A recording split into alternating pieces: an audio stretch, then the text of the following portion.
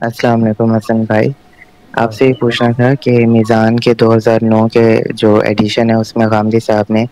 مہدی کا مصداق سیدنا عمر بن عبدالعزیز کو کہا ہے، لیکن پھر بعد کے ایڈیشن میں سیدنا معاویہ کو کہا ہے، تو اس کے پیچھے جو تبدیلی ہوئی ہے اگر اس کو آپ مختصر طور پر بتا دیں اس کا استدلال، یا اگر کہیں غامدی صاحب نے کسی سیریز میں بات بتائی ہے تو اس کا حوالہ دے دیں، شکریہ۔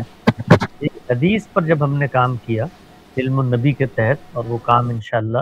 بہت جلد لوگوں کے سامنے بھی آ رہا ہے، اس وقت پریس کے اندر ہے وہ، تو وہاں پر ایسی روایات آئیں جن روایات میں اس زمانے کی تعین ہو جاتی ہے جس زمانے کے بارے میں رسالت مآب صلی اللہ علیہ وسلم نے یہ پیشن گوئی فرمائی ہے۔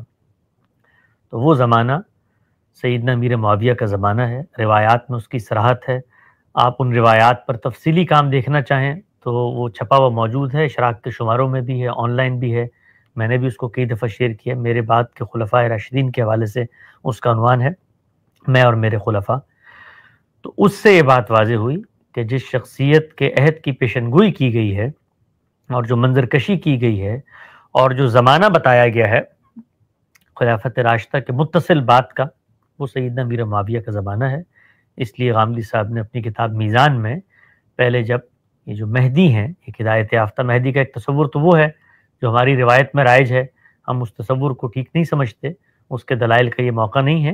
لیکن جو چیز روایت میں زیر بحث آئی ہے وہ اصل میں جس مہدی کے بارے میں ہے وہ سیدنا امیر معاویہ اس کا مصداق غالباً ہے، اور اس کو غامدی صاحب نے اپنی کتاب میزان میں تبدیل بھی کر دیا۔